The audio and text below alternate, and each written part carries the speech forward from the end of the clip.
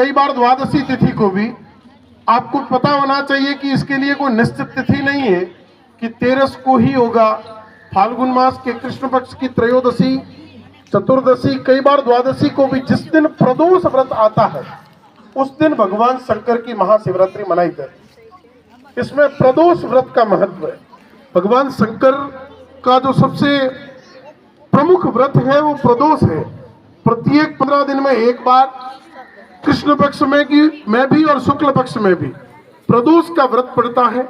उस प्रदोष के दिन भगवान शंकर की शिवरात्रि मनाई जाती है। वैदिक और पौराणिक मान्यताओं के अनुसार देखा जाए तो भगवान भोलेनाथ का माता पार्वती जी के साथ महाशिवरात्रि यानी इसी प्रदोष व्रत की वेला के अंदर विवाह हुआ था। भगवान शंकर वैराग्य से गृहस्थ के अंदर प्रवेश हुए थे। उसी के उपलक्ष्य में ये पूरा संसार भगवान भोलेनाथ और माता पार्वती, शिव और शक्ति की आराधना के निमित्त इस शिवरात्रि महापर्व को मनाते हैं।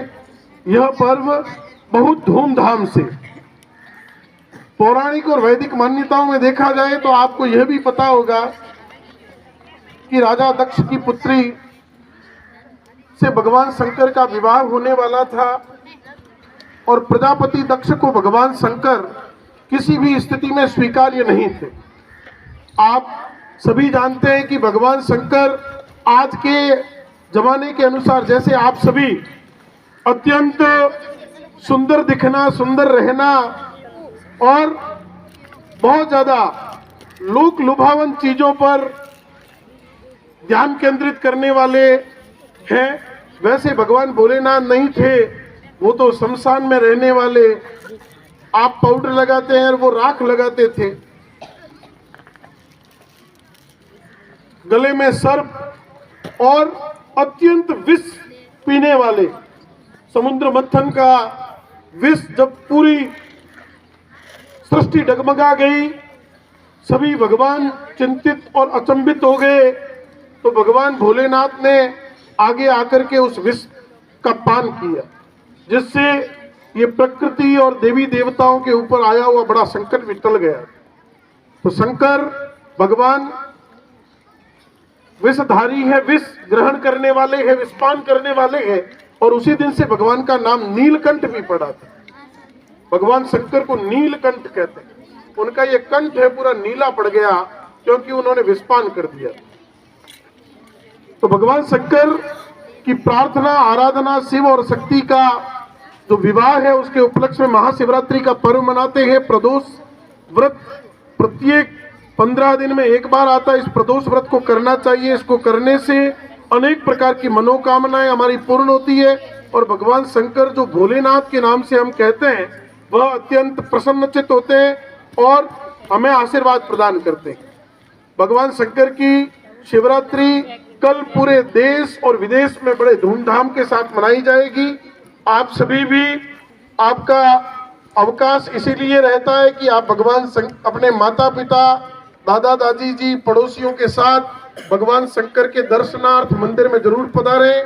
वहां जाकर के भगवान को, आपको पता है बहुत सी चीजें भगवान शंकर, जलधारा शिव प्रिय, सबसे अधिक प्रिय भगवान शंकर के लिए आपको किसी प्रकार के बहुत ज्यादा खर्च करने की या उनको गहनों की और हार की और मुकुट की उसकी आवश्यकता नहीं है। भगवान शंकर को प्रसन्न करने के लिए सबसे साधारण चीज जलधारा शिव प्रिय, भगवान शंकर को सबसे अत्यधिक प्रसन्न करने वाली है जल की धारा। जल की धारा भगवान शंकर पर चढ़ाएं। जल चढ़ाने से भगवान शंकर अत्यंत प्रसन्न होते हैं, वह जलाभिषेक कहलाता है। और भगवान शंकर ने इस सृष्टि पर सबके लिए, ब्राह्मण और वैदिक और प्रकांड पंडितों के लिए तो बहुत से मंत्र हैं, लेकिन आप सभी को ध्यान रखना चाहिए कि जन सामान्य के लिए शंकर का जो सबसे प्रभावशाली मंत्र है उसका नाम है पंचाक्षर मंत्र। पंचाक्षर का मतलब जिसमें सिर्फ 5 अक्षर है। न मह शिवाय, नमः शिवाय, सिर्फ 5 अक्षर है इसमें। ओम नमः शिवाय, इस पंचाक्षर मंत्र के साथ भगवान शंकर का जलाभिषेक करें, दुग्धाभिषेक करें। भगवान पर कई प्रकार के द्रव्यों से उनका अभिषेक हो सकता है। मनोकामनाओं को पूर्ण करने के लिए, स्वयं को समर्थ ताकतवर बनाने के लिए, भगवान शंकर का आशीर्वाद प्राप्त करने के लिए जल से, जल के अलावा दुग्ध से यानी कच्चे दूध से भी भगवान का अभिषेक होता है। नमः शिवाय मंत्र के साथ करें। उसके अलावा पंचामृत यानी दूध, दही, घी, शहद, शक्कर मिला के अभिषेक कर सकते हैं। भगवान का भांग से अभिषेक होता है, गन्ने के जूस से अभिषेक होता है, और इत्र जो होता है जिसको हम सेंट कहते हैं, उससे अभिषेक करने से वो अत्यंत फलदायी होता है।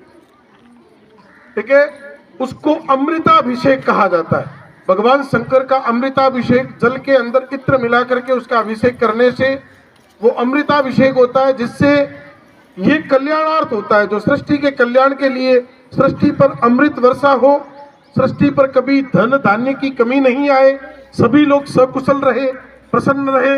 यह धरती निरंतर पेड़ पौधे और खुशहाली से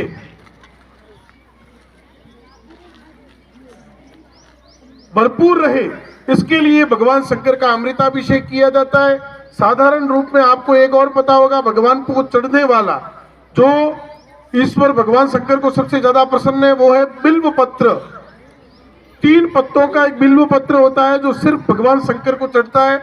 उसको भी भगवान शंकर को शिवरात्रि के दिन बेल पत्र जरूर चढ़ाएं, जिससे आज तक के जितने भी पाप कर्म हैं उनका